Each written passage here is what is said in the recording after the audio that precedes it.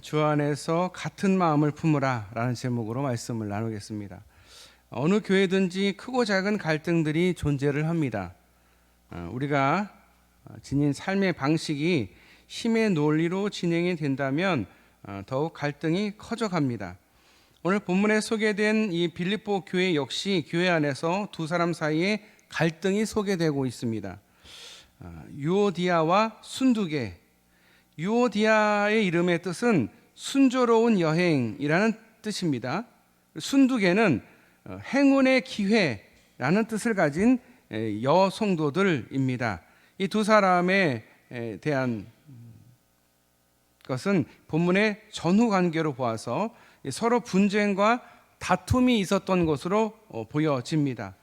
빌립보 교회는 바울의 전도 여행을 받은 이 자주장사 루디아에 의해서 세워진 교회입니다. 빌립보 교회는 상대적으로 여성의 역할이 컸던 교회이고요. 따라서 이 여성들이 꽤 많이 참여했던 교회인 것 같습니다. 또 이 두 여성의 다툼과 분쟁은 결국 빌립보 교회에 악영향을 미쳤음에 틀림없을 것이다 추측이 됩니다.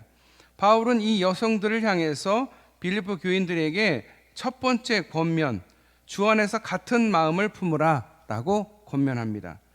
드러난 문제에 대해서 현실적인 접근을 하며 구체적이고 깊이 있는 권면을 하고 있습니다. 바울이 이 두 여성 각자에게 권하노니라는 말을 반복하는 것은 두 사람 사이의 불화가 매우 심각했기 때문에 개별적인 훈계가 필요함을 의미합니다. 바울은 이 둘의 분쟁이 속히 해결되도록 화해를 권면하고 있습니다. 여기서 같은 마음이란 주 안에서 사랑으로 하나된 마음을 가리키는 것입니다. 바울은 그들이 주님으로부터 떠나기를 원치 않습니다. 그들의 화해와 일치로 주님 안에서 영적 연합을 이루기를 바라고 있는 것이 바울의 마음입니다. 또한 주님의 마음이기도 한 것입니다. 그래서 주님의 격려와 모본을 받아들여 화해함으로써 교회에 유익을 끼쳐야 된다, 그렇게 이야기하고 있는 것입니다. 주님의 공동체 안에서 같은 마음을 품으라, 이게 무슨 의미일까? 첫째, 동일한 마음을 가지라라는 것입니다. 동상이몽이라는 말 아시죠? 같은 자리에서 잠을 자지만 다른 꿈을 꾼다. 부부들이 보통 그렇죠. 같은 자리에서 잠을 자지만 다른 꿈을 꾸는, 그래서 동상이몽이라는 SBS 프로도 있습니다. 우리는 같은 곳을 바라보면서 다른 생각을 하게 됩니다. 같은 방향을 향해 가면서도 다른 마음을 품는다라는 것입니다. 우리의 성향 자체가 그만큼 다르다라는 것이죠. 그러나 기본적으로 자신의 생각과 마음을 상대에게 맞추고자 하는 배려가 필요하다라는 것입니다. 우리 사회가 이처럼 사분오열되는 것은 기본적인 출발점도 다르고 마음을 맞추려고 하는 의지도 없기에 이와 같은 일이 일어나고 있는 것입니다. 그리고 근본적으로 마음이 이미 부패해 있어서 건강하게 반응하지 못하고 있다라는 것도 사실입니다. 우리가 주님의 교회의 일원이지만 이 사회적 습성을 버릴 수가 없는 것이 그 안에 살기 때문에 그런 것 같습니다. 그런데 사회적 습성은 버려야 됩니다. 절대 따라서는 안 되는 것입니다. 자신에게 손해가 온다 할지라도 자신이 내놓은 약속과 계획을 지키기 위해 마음을 모아야 하는 것입니다. 자, 그때부터 우리는 마음을 내놓기 시작하는 것입니다. 진실한 마음이 전제가 될 때 서로의 마음을 나눌 수 있게 되는 것입니다. 진실함이 있어야 두 사람이 한 사람이 될 수 있다는 거죠. 그러면서 하나가 되는, 두 번째로 하나가 되는 마음을 가지라. 하나가 되는 마음. 아무리 선한 일이라 할지라도 하나가 되는 마음 없이는 결코 하나님의 영광을 드러낼 수가 없습니다. 사역이 어렵고 힘들다 하더라도 서로를 격려하면서 하나가 되는 발걸음이 중요합니다. 10사람이 한 걸음을 걷는 것이 한 사람이 10걸음 걷는 것보다 낫기 때문입니다. 그래서 협력하는 것이고, 그래서 함께 가는 것입니다. 그래서 교회 사역은 천천히 이루어가는 것입니다. 한 사람 한 사람씩 마음이 모아져야 하기 때문입니다.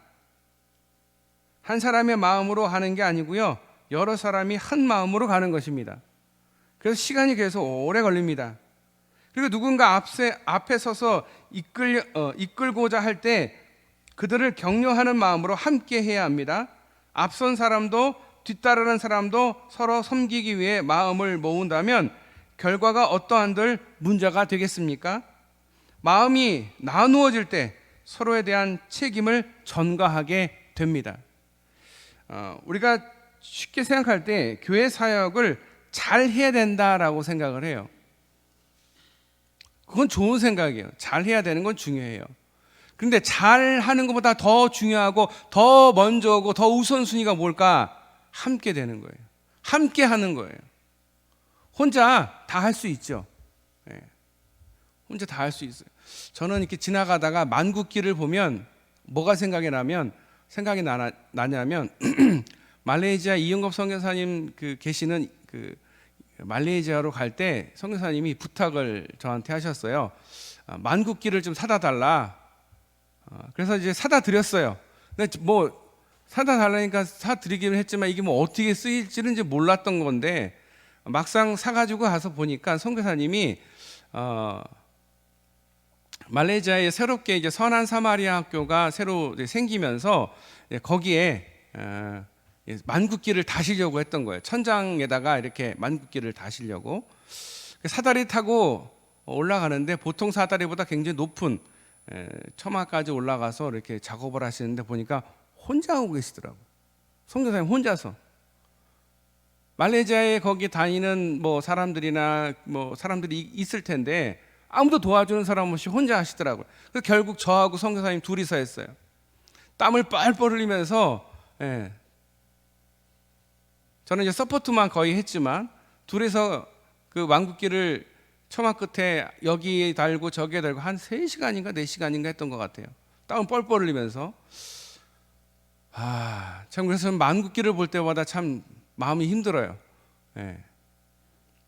도와줄 사람이 없어요. 도와줄 사람이. 서로 도우면 참 좋을 텐데 그래서 제가 한 번은 물어봤어요. 선교사님 항상 보면 교회를 할 때 혼자 하시는데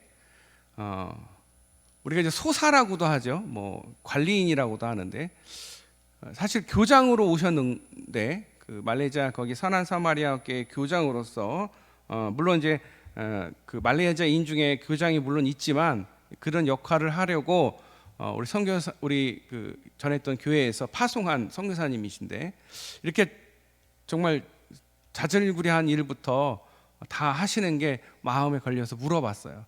도와주는 분이 없냐고 여쭤보니까 없다라는 거예요. 근데 생각해보니까 맞는 말이에요. 왜냐하면 교회가 아니잖아요. 그러니까 교인이 없잖아요. 학교잖아요. 학교 선한 사마리아 학교이기 때문에 교인이 없어요. 그러니까 도와주는 사람이 없고요. 만약에 도와주다가 누가 다쳤어요. 그러면 배상을 할 수가 없어요. 그러니까 항상 선교사님이 다 했어요. 그 마을 앞에 그 호수 그 물가가 있잖아요. 우리 말레이시아 다녀오신 분들은 아시겠지만 원래 거기가 그렇게 잘 발달되지 않았었어요. 완전히 그야말로 그냥 또랑이었고 홍수가 나면 그 물을 건널 수 없는 상황에 있었거든요. 그러니까 선교사님은 맨날 그거 치우고 정리하고 다리 놔달라고 그러면 안 도와주니까 선교사님이 다 일일이 하고 그러니까 보면 항상 뭘 계속 만들고 계시고 뭘 자르고 계시고 맨날 그러는 거예요. 선교사님이. 그러니까 우리 생각할 때 선교사님 하면은 가서 막 말씀 전하고 막 전도하고 복음 전하고 그럴 것 같잖아요. 아니에요. 선교사님이 하신 일이 그게 아니더라고요. 그걸 보면서 너무 마음이 아프고 얼마나 힘드실까. 이건 선교사님의 일이 아닌데 그런 생각이 들더라고요. 근데 아니라는 거예요. 자기 일이라는 거예요. 자기가 이 일을 해야 된다는 거예요. 그런 생각이 들더라고요. 도와준 사람이 있으면 참 좋을 텐데. 혼자 다 할 수 있죠. 근데 함께 도와주면 얼마나 좋겠어요. 그런데 여러분 놀라운 것은 그 이후에 시간이 이제 많이 지났죠. 많이 지났는데 선교사님 돕는 사람들이 있을까요? 없을까요? 지금은 돕는 사람들이 많아요. 교사들이 돕기 시작하더라고요. 교사들이. 제가 이후에 또 다시 갖고 또 소식을 들었는데, 교사들이 솔선수범하는 이 선교사님의 모습을 보고서 교사들이 돕기 시작한 거예요. 말레이시아인들도 있고요, 인도네시아인도 있고 외국인도 있지만 그들이 이제 학교에서 이제 가르치고 있는 교사란 말이죠. 교사는 애들만 가르치면 돼요. 근데 선교사님이 그렇게 애쓰고 수고하는 일에 함께 동참을 하더라는 거예요. 그리고 아이들이 점점 커가지고 이제 중학교 가고 중학교를 졸업할 정도의 나이가 된 아이들이 있어요. 그 아이들이 도와준다고 하시더라고요. 여러분, 하나님의 일은 잘하고 못하고 중요한 게 아니라 같이 하는 게 중요한 것 같아요. 같이 해야 낙심하지 않고요, 같이 해야 기쁨을 나눌 수 있지 않나. 함께 섬기고 함께 하는 게 중요하다라는 거예요. 예를 들어서 기러기 이야기하면 여러분 다 아실 텐데, 기러기는 철을 따라서 남쪽으로 이동을 합니다. 따뜻한 남쪽으로 이동을 합니다. 기러기가 떼를 지어서 이동할 때 어떤 모양으로 가죠? V자 모양으로 가요. 조류학자들의 연구에 의하면 앞에 있는 기러기가 날개를 퍼덕이면 뒤에 있는 기러기가 양력이 적용이 되게 된답니다. 그러면 혼자 날아가는 것보다 71%를 더 멀리 날 수 있게 된다라고 합니다. 사이클 여러분 대회 보시면 앞에 누가 사이클을 막 타고 가면 뒤에 사람이 따라 붙잖아요. 근데 그 뒤에 사람이 계속 그 사람을 막 따라 붙어요. 그러면 우리가 생각할 때 1등, 2등을 경쟁하나 보다, 그게 아니라요. 그 바로 뒤에 붙어 있으면 이 표면 장력, 이 양력이 있어가지고 바람에 그 간섭을 안 받으니까 훨씬 편하게 따라갈 수 있기 때문에 그 1등 뒤에 따라 붙는 거예요. 그러다 맨 마지막에 그 1등을 제끼고 나가는 거예요. 그래서 1등을 하는 거예요. 사이클을 그렇게 한다고 하더라고요. 기러기도 마찬가지인 것 같아요. 지혜가 얼마나 정말 대단한 건지, 이 뒤에 있는 사람이 훨씬 편하게 나갈 수 있도록 V자 형태로 날아갑니다. 그리고 뒤에 있는 기러기는 가만히 있느냐? 아니요, 막 울어요. 기러기 지나갈 때 막 울잖아요, 여러분. 그게 괜히 우는 게 아니라 앞에 있는 기러기에게 힘을 주는 응원의 소리랍니다. 힘내, 힘내. 잘 보세요. 난 뒤에서 편하게 가고 있어요. 아무것도 안 하고 있어. 그 얼마나 얄미워요.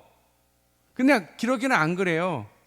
고맙잖아요. 그러니까 앞에 있는 기러기에게 힘내, 힘내, 이렇게 소리를 질러 주는 거예요. 난 너 뒤에 있어. 나 너와 함께 하고 있어. 이렇게 소리를 질러 준다라는 거예요. 미물일지라도 연합할 줄 아는데, 하나님의 거룩한 백성들이, 성숙한 그리스도인들이 연합하고 일치하는 것은 어찌 보면 당연한 일입니다. 그렇게 연합하고 일치할 줄 알아야 합니다. 그렇게 살아야 됩니다. 교회는 한 마음으로 한 목소리를 내는 것입니다. 그래야 마른 뼈 같은 사람들이 살아나서 하나님의 군대를 이룰 수 있게 되는 것입니다. 우리는 영적인 전쟁 속에 있는 거예요. 우리는 군인들이에요. 세상에 휩쓸려서 살아가는 그런 사람들이 아니에요. 파도가 이렇게 막 칠 때, 파도 이렇게 바닷가에 보면 파도가 막 치잖아요. 그러면 이리 쓸리고 저리 쓸리는 그런 조개나 뭐 이런 식물들이나 아니면 어패류들이 있단 말이죠. 이리 쓸리고 저리 쓸리고. 우리가 세상 가운데 이리 쓸리고 저리 쓸리면 안 돼요. 우리는 영적인 전쟁을 하고 있는 군인이에요. 군인이 연합해야지. 군인이 각계 전투하면 어떻게 됩니까? 각계 전투하면 각자 망하는 거예요. 각자 싸우면 망하는 거예요. 함께 해야 되는 거예요. 남들이 아무리 각자 싸우는 게 맞다고 하더라도 교회는 함께 해야 돼요. 함께. 저희가 이제 성경을 읽는데 제가 몇 번 말씀을 드리고 싶었는데, 성경을 읽을 때 보면 조금 더 빨리 읽는 사람이 있고 좀 늦게 읽는 사람이 있고 중간에 숨을 쉬는 사람이 있고 숨을 안 쉬는 사람이 있잖아요. 그럴 땐 여러분 어떻게 해야 될까요? 조금 더 배려해서 맞춰주는 거예요. 우리 그리스도인이 다른 건 몰라도 연합하는 거, 배려하는 거, 함께 하는 거, 이거는 둘째 가면 안 돼요. 첫째 가야 돼요. 각자 싸워서는 사단을 이길 수가 없어요. 세상을 이길 수 없어요. 이기려면 함께 해야 돼요. 아니, 함께 안 할 것 같으면 하나님이 각자 신앙생활 할 것 같으면 저기 수도사가 돼가지고 저 산꼭대기에서 혼자 신앙생활하지 왜 굳이 교회라는 이런 모임을 하나님께서 만드셨을까? 굳이 이렇게 건물을 만들고 거기에 사람들이 모여서 예배를 왜 드릴까? 그것도 같이 연합하라고, 함께 하라고. 한 막대기보다 두 막대기가, 세 막대기가 더 튼튼한 것 아니겠습니까? 세상을 싸워 이기는 방법은 어찌 보면 함께 마음을 갖고 함께하면 훨씬 쉽다라는 거예요. 쉽게 갈 수 있는 일인데 자기가 옳다고 자기를 드러내려고 하다 보면 그게 안 돼요. 아마 이 두 사람은 각자의 소리를 높였겠죠. 그러니 결국은 둘이 싸움과 다툼이 있었겠죠. 근데 연합과 일치가 필요하다라는 거예요. 세 번째, 예수 그리스도를 닮는 마음을 가지라라는 것입니다. 동일한 마음은 공통된 마음을 갖는 것인데 공통된 부분이 바로 예수님을 닮는 것입니다. 크리스찬, 그리스도인이란 뜻은 뭐예요? 예수님을 닮는 사람. 왜 사람들이 그리스도인들을 욕해요? 왜 기독교를 욕해요? 예수님을 닮아야 되는데 예수님을 안 닮고 세상 사람들을 닮아가니까, 세상 사람들처럼 사니까 손가락질하는 거예요. 너희들 그리스도인이라며, 예수님 닮는 사람들이라며, 예수님 닮으려고 사는 사람들이라며, 근데 너희들 왜 우리하고 똑같아? 아니 우리만 못해, 아니면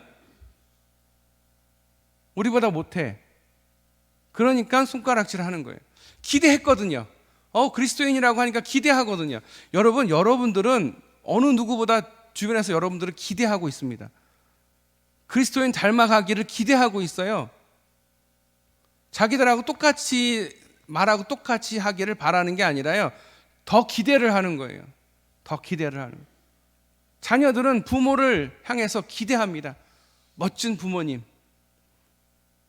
또 우리 부모님들은 자녀들을 어떻게 봅니까? 내 자녀는 좀 더 훌륭한, 나보다 더 훌륭한, 기대하잖아요. 기대한다는 기대. 기대가 있어요. 그리스도인에 대한 기대. 그리스도인이 어떤 사람들이 예수님 닮으려고 하는 사람들 아니겠습니까? 우리가 아무리 마음을 모은다 하더라도 서로의 삶의 배경이 다르고 현재 처한 삶의 자리가 다릅니다. 그러다 보면 다른 이야기를 할 수밖에 없습니다. 소위 이것을 자신의 입장이라고 합니다. 자신의 입장. 자, 그렇게 되면 우리가 함께 동역할 수가 없습니다.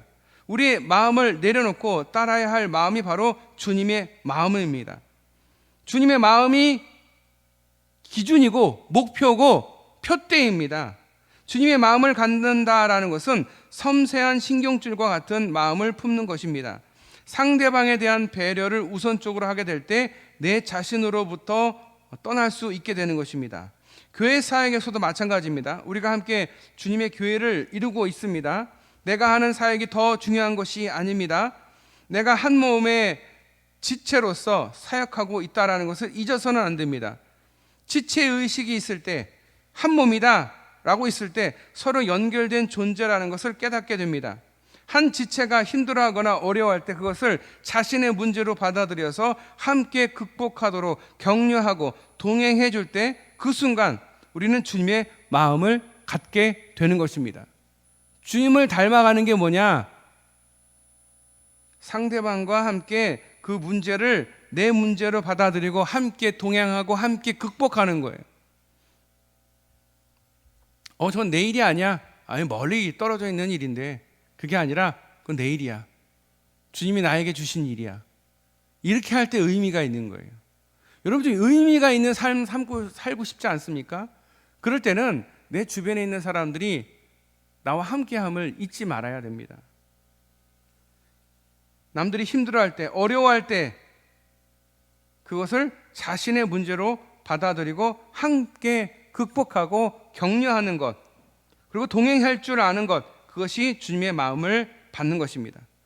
동료 목사가 카톡으로 보내준 글이 있어서 잠깐 제가 소개를 드리자면, 사랑을 가지고 가는 자는 가는 곳마다 친구가 있고 선을 가지고 가는 자는 가는 곳마다 외롭지 않으며 정의를 가지고 가는 자는 가는 곳마다 따르는 자가 있고, 진리를 가지고 가는 자는 가는 곳마다 듣는 사람이 있고, 자비를 가지고 가는 자는 가는 곳마다 화평이 있으며. 이처럼 주님의 마음은 우리가 순수한 마음으로 행할 때 가능한 것입니다. 바울의 두 번째 권면은 이 여성들을 빌립보 교인들이 도우라라고 말합니다. 그러니까 빌립보 교인들이 이 두 여성도들이 이렇게 관계가 좋지 않을 때 가만히 뒷짐지고 있는 게 아니라 도우라는 거예요. 왜냐하면 복음을 전하기 위해 힘쓴 사람들이었다라는 거예요. 사도 바울이 두 여인의 다툼의 문제를 다루면서 복음 전파를 들고 나오는 이유가 무엇입니까? 그들은 교회의 모든 일을 판단할 때 우선 고려할 사항이 복음 전파이기 때문입니다. 교회의 본질은 복음을 전하는 일, 선교입니다. 그것이 사도 바울이 변함없이 갖고 있는 교회관이며 신약 성경에서 말하고 있는 교회의 참 모습입니다. 교회는요, 선교하는 교회예요. 선교하는 교회.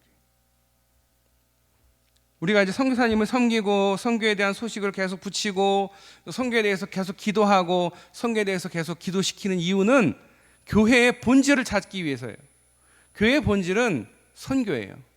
예배 드리는 것도 물론 교회의 본질이지만 선교도 본질이에요. 그런데 이 본질이 요즘에는 좀 약해지는 것 같아요. 근데 어느 교회든지 선교에 열심히 있는 교회가 부흥하더라고요. 선교에 열심히 있는 교회가 부흥한다라는 말이 막 숫자가 막 늘어나는 그 양적인 부흥을 얘기하는 게 아니라요, 영적인 수준이 높아지는 걸 부흥이라고 하는 거예요. 한 사람 한 사람이 영적인 수준이 아이 같은 사람들이 있어요. 그런데 선교를 하면 어른처럼 성장합니다. 세상을 요 앞만 보는 사람이 아니라 멀리까지 볼 수 있는 사람이 되기 때문에 보는 게 확실히 틀려요. 여러분, 왜 외국에 가야 되는 줄 아세요? 외국에 가야 시야가 넓어져요. 우물 안에 갇힌 개구리는 그냥 우물 안 사정만 알지 바깥 사정을 모르거든요. 나와 보면 어떻습니까? 얼마나 넓은지 몰라요. 참 경험이 중요하더라고요. 저는 사실은 이렇게 외국 나가는 게 되게 힘들고 잘 이렇게 집에만 있고 싶고 막 그런 게 있어요. 그런데 막상 나가 보면 배우는 게 너무 많아요. 갔다 오고 나면 그때 참 아쉽다, 또 가고 싶다 이런 생각이 들어요. 근데 또 막상 가라 그러면 더 가기가 싫어요. 그냥 집에 있고 싶지, 힘들게 내가 또 거기로 왔다 갔다 하려고 생각하면 앞이 깜깜해요. 그런데 참 신기한 것은 반강제로 어쨌든 갔다 와 보면 참 좋아요. 세상은 참 넓거든요. 넓은 시야가 필요해요. 근데 우리가 생각할 때 선교라고 하면 꼭 외국을 생각을 하는데 그렇지 않습니다. 우리 지금 청소년들, 여러분 청소년들하고 이야기가 되십니까? 말이 통하십니까? 말 안 통할걸요? 저도 안 통하는데요, 뭐. 서로 말이 잘 안 통해요. 그래서 우리 어르신들이 아이들을 보면서 뭐라고 해요? 저 외계인들이야. 네, 맞습니다. 외계인들입니다. 우리하고 완전 뇌 구조 자체가 틀린 거예요. 선교의 접근, 전도하는 접근이 완전히 달라져야 돼요. 예전에는 뭐 떡볶이 많이 사주고 뭐 사주고 선물 주고 그러면 왔잖아요. 그 시대가 아니잖아요. 천지사방에 먹을 거랑 선물이 가득한 세상 가운데, 물질이 풍성한 이 시대 가운데, 그래서 청소년을 전도해야 되느냐? 아니요, 청소년은 선교해야 돼요. 대상이, 왜냐하면 언어가 안 통하면 선교한다고 말하잖아요. 그렇죠? 마찬가지. 청소년들과 언어가 잘 통하지를 않아요. 말 잘못하면 꼰대라고 그러고요, 멀리합니다. 굉장히 어려워요. 굉장히 어려워요. 정말 어려워요. 선교는요 참 쉽지 않아요. 그런데 교회의 본질은 선교에 있다라는 거예요. 선교. 교회는 죄와 사단의 지배하에 있는 세상, 하나님을 적대하는 세상, 자신도 모르게 멸망의 길로 가고 있는 이 세상의 멸망적인 실태를 고발하고 유일한 구원이신 예수 그리스도를 선포하는 것이 그 사명에 있습니다. 선교가 다른 게 아니에요. 예수 그리스도를 가르치는 거예요. 예수 그리스도가 너희를 구원해 주신다라는 것을 알려주는 거예요. 따라서 교회의 모든 문제를 해결하는 기준은 어떤 선택이 복음을 전하는데 유리하느냐이에요. 자, 그런데 두 사람이 분쟁이 있어요. 그럼 선교하는데 도움이 될까요? 요즘에 이 교회가 참 세상 앞에 부끄러운 일을 참 많이 하는데, 그러면 전도가 잘 됩니까? 선교가 잘 됩니까? 안 되거든요. 너무 힘들어요, 선교하기가. 교회에 대한 이미지가 너무 나빠지니까 더 어려워진 거예요. 그러지 않아도 전도하기가 어렵고 선교하기가 어려운데, 그래서 우리가 어떤 선택을 할 때 자기한테 유리하고 자기에게 득이 되는 것을 선택하는 게 아니라 어떻게 해야 복음을 전하는데 유리한가를 생각해 보아야 된다라는 거예요. 내가 하는 이 일이 선교에 회방이 되고 걸림돌이 된다라고 하면 버려야 돼요. 내려놔야 돼요.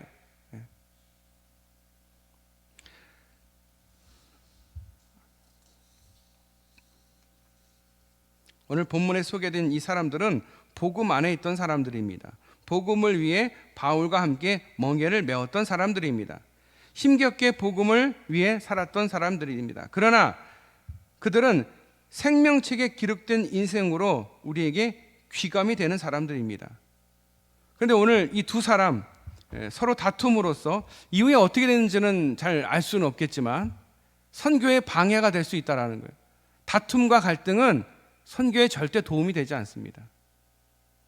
하나님께서 만약에 그렇게 하셨으면 뭐 하나님의 뜻이 있겠지만은 그것을 인해서 선교에 방해가 된다라고 하면 도와야 돼요. 선교 방해가 되지 않도록 도와야 된다라는 거예요. 여러분, 선교를 위해서 함께 기도해 주시기를 바랍니다. 이 빌립보 교회에 대한 이 이야기를 보면서 참 남의 이야기 같지 않지 않습니까? 우리 삶에 있는 이야기 아니겠습니까? 우리 한국 교회의 문제 아니겠습니까? 우리 한국 교회를 위해서도 많은 기도 부탁드립니다. 우리 함께 기도하겠습니다. 하나님, 오늘 또 빌립보 교회에 대한 소식을 접하면서 참 마음이 아픕니다. 서로 갈등하고 또 그 가운데 그들이 정말 선교에 도움이 되는지 참 의문이 듭니다. 우리가 어떤 선택을 하든지 복음을 전하는 데 유리한지 아닌지 따져보고 생각할 수 있도록 주님 도와주시옵소서. 빌립보 교인들이 이 여성을 도와야 된다라고 사도 바울이 말하고 있습니다. 다투는 문제로 인해서 복음 전파에 어려움이 있어서 그런 말씀을 하시지 않았나 생각이 됩니다. 우리가 선교에 대해서 항상 마음을 갖게 하시고 다툼과 갈등이 없게 하시고 항상 하나 되게 하시고 한 마음으로 예수 그리스도를 품게 하시고 예수 그리스도를 닮아가는 우리 모든 성도들 다 되게 하여 주시옵소서. 우리를 사랑하시고 우리를 구원하신 예수님의 이름으로 기도드리옵나이다. 아멘.